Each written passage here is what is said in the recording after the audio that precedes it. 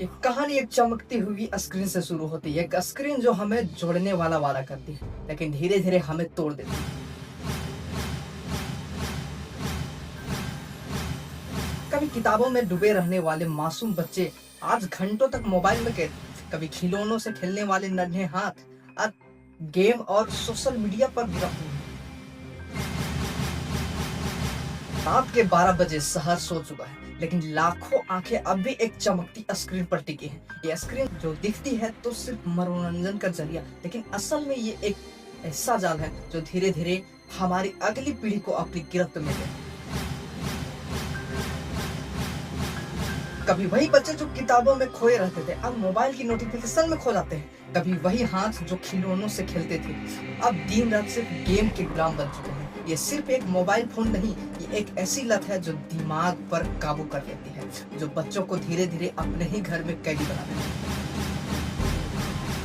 सोचिए, जब टेक्नोलॉजी हमें आजादी देने आई तो फिर कैसे यह आजादी ही हमें गुलाम बना रही है। क्या यही है वो भारत जिसे हम डिजिटल इंडिया कहते हैं? डिजिटल इंडिया जहां हर सुविधा एक क्लिक पर है, जहां शिक्षा, बैंकिंग व्यवस्था और स्वास्थ्य आसान हो गया है, जहां गांव-गांव तक इंटरनेट पहुंच चुका है, लेकिन इसी चमत्कार सफर के पीछे छुपा है एक डरावना सबक।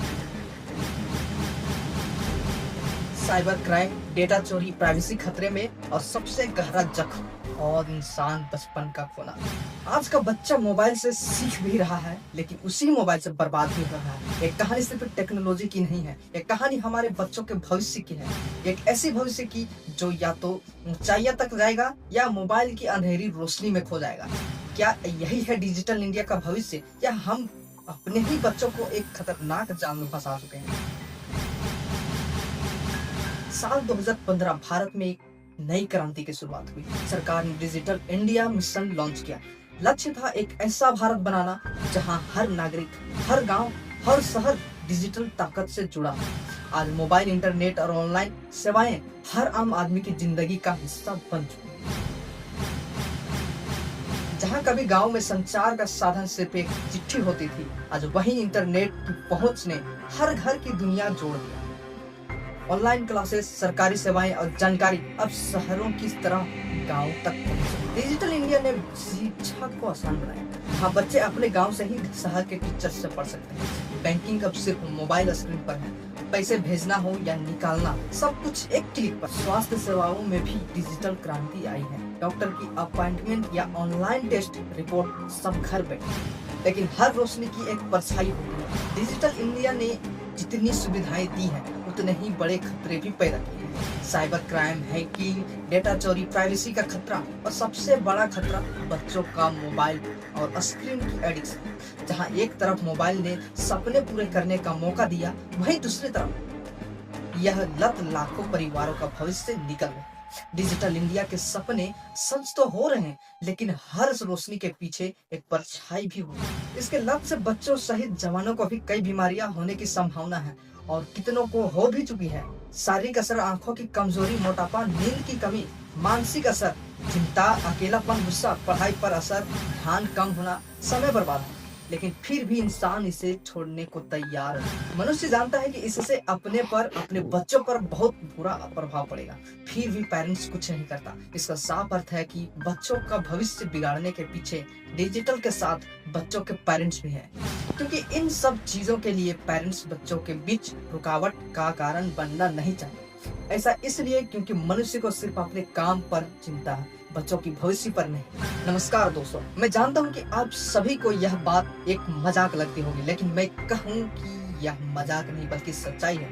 तो क्या आप विश्वास करेंगे? हमारे दिल्ली में एक 14 वर्षीय लड़का फोन में गेम खेलने की वजह से उसे गेमिंग एडिक्शन। हमारे झारखंड राज्य की 12 साल की बच्ची एक अजनबी लड़के से ऑनलाइन चैट करती थी, जो सीधा उस बालिका का भविष्य खतरे में जा पड़ा।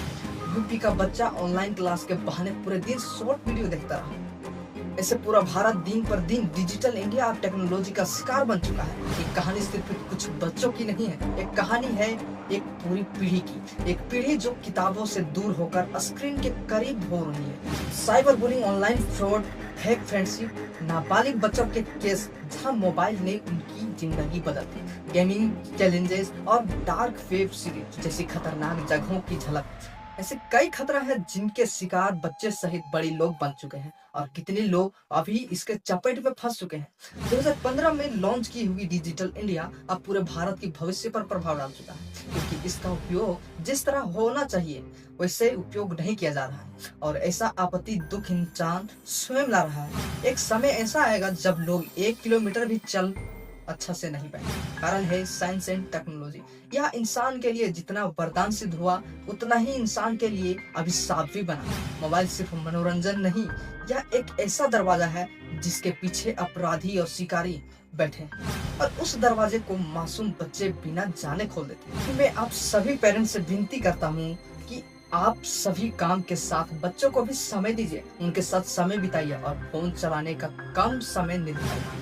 और इसके साथ में स्कूल और समाज को भी डिजिटल एजुकेशन के साथ साथ डिजिटल सेफ्टी भी सिखाने का सख्त जरूरत है। कुछ लोगों के मन में सवाल उठ रहा होगा कि तब क्या हम मोबाइल चलाना छोड़ दें? नहीं, क्योंकि समस्या मोबाइल की नहीं, समस्या है बिना कंट्रोल के मोबाइल। तकनीक हमारे लिए तभी आशीर्वाद बनेगा जब हम उसके सही दिशा का इस्तेमाल करें। अगर आप सब अभी कदम नहीं उठाएं तो आने वाले 10 सालों में भारत की नई पीढ़ी मानसिक और शारीरिक रूप से कमजोर होगी। असली खेल और असली रिश्ते गायब हो जाएंगे और भारत की प्रतिभा स्क्रीन की लत में बर्बाद हो सकती है। आज का मोबाइल एडिक्शन इंसान की कल के जीवन का राष्ट्रीय संकट है। मनुष्य की चुप्पी भविष्य की सबसे बड़ी त्रासदी बन सकती है। अभी वक्त है आप लोग अपने बच्चों को असली खेल, असली रिश्ते, असली जिंदगी वापस दे सकते हैं। मोबाइल से दूरियां नहीं बनाना है, बस उसे अपने कंट्रोल में रखना है, क्योंकि मोबाइल फोन या तो बच्चों को नई ऊंचाइयां तक ले जाएगा या पूरी पीढ़ी को अंधकार में धकेल देगा। इसलिए भविष्य हमारे हाथ में है और चुनाव भी हमारे हाथ में है। जानकारी अच्छी लगी तो चैनल को सब्सक्राइब करना ना भूलें और जरूर कमेंट करें कि आपके अनुसार इस पर क्या करना चाहिए।